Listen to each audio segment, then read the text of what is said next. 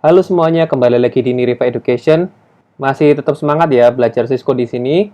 Kali ini kita masuk ke part ke-7, yaitu konfigurasi DTP Dynamic Trunking Protocol menggunakan if and G dengan image Vios Layer 2 dari Vir. Oke, kita coba sama-sama. Sebelum kita masuk konfigurasi DTP, kalau misalkan teman-teman belum pernah coba konfigurasi trunking, silahkan lihat di video sebelumnya. Saya siapkan linknya di atas. Dan kalau misalkan teman-teman pengen tahu bagaimana setup if and G, saya sudah siapkan juga linknya berikut ini. Oke, pada bab kali ini konsepnya berbeda dengan sebelumnya. Sebelumnya kan kita selalu ada materi, kemudian lab. Pada bab kali ini untuk mempermudah teman-teman memahami DTP seperti apa, kita langsung belajar melalui lab. Pada case kali ini, kita udah siapkan 4 skenario. Kemudian ada 2 switch menggunakan Vios Layer 2 dari Vir. Serta sudah ada konfigurasi untuk referensi. Kita langsung masuk ke skenario pertama. Kita biarkan kondisinya default. Kemudian kita akan cek status dari switch port. Show interface GI 00 switch port. Di switch 2 juga sama, show interface GI 00 switch port. Kita coba lihat sama-sama. Administrative mode-nya dia dynamic desirable, operation mode-nya trunk, kemudian enkapsulasinya dia negotiate, dan tipe enkapsulasinya itu ESL. Sama juga dari switch 2, dynamic desirable, operation mode-nya dia trunk, statusnya dia negotiate, tipenya ESL. Ini status switch port ketika kondisinya dia default. Skenario kedua, kita akan rubah menjadi mode akses, kemudian kita cek kembali status switch portnya. Conf T interface GI 00 switch port mode akses. Kita write. Kemudian switch 2 conf T interface GI 00 switch port mode akses. Kita write juga. Kemudian kita cek kembali status switch portnya. Show interface GI 00 switch port. Show interface GI 00 switch port. Setelah kita rubah, administrative mode-nya berubah. Sekarang menjadi static access dengan operation mode-nya static access. Namun status trunking encapsulation-nya masih negotiate. Trunking encapsulation-nya native. Begitu pula dengan switch 2, modenya static access, operation mode-nya static access, trunking encapsulation-nya negotiate, dan operation-nya native. Skenario nomor 3, kita akan rubah modenya menjadi mode trunk. Kemudian kita cek status switch port bagian negotiation-nya. Apakah berubah? Kita masuk ke switch 1, conf T, interface GI 00,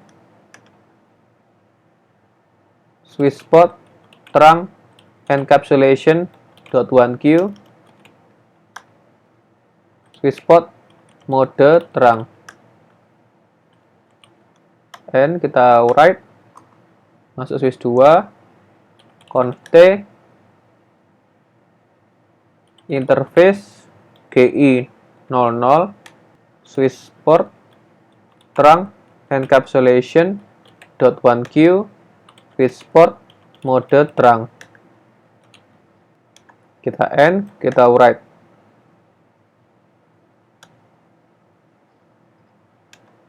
Oke, udah selesai. Kita cek status switch portnya. Show interface GI 00 Swissport show interface GI 00 Swissport. Oke.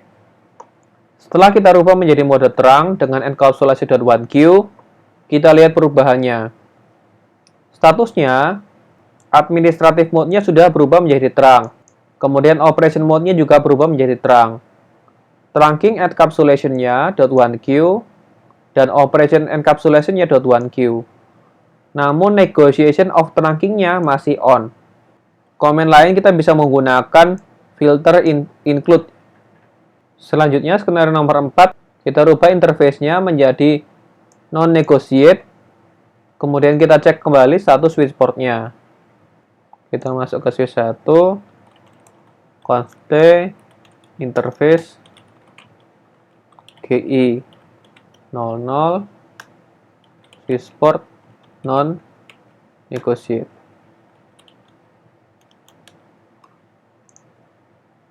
Const interface GI 00 Swissport non-negotiate.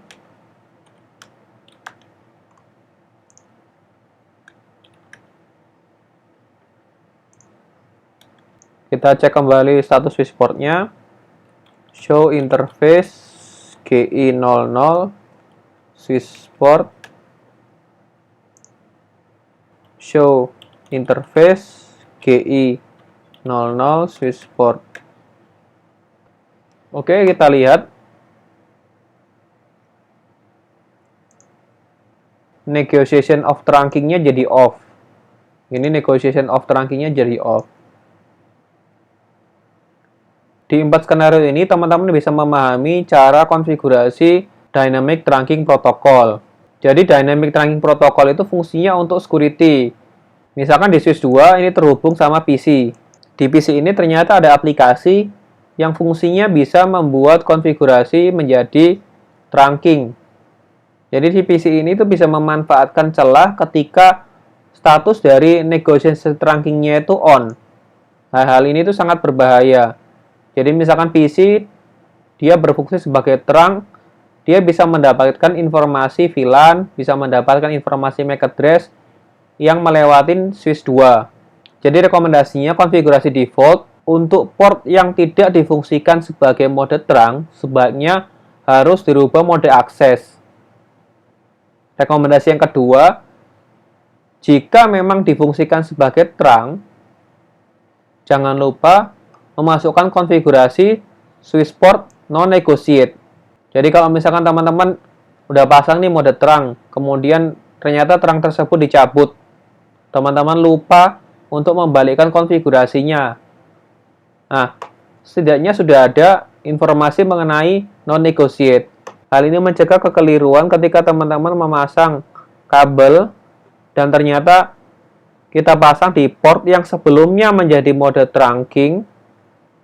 Dan kalau misalkan ternyata sudah kita set di non-negotiate, ada yang iseng, sudah bisa kita cegah.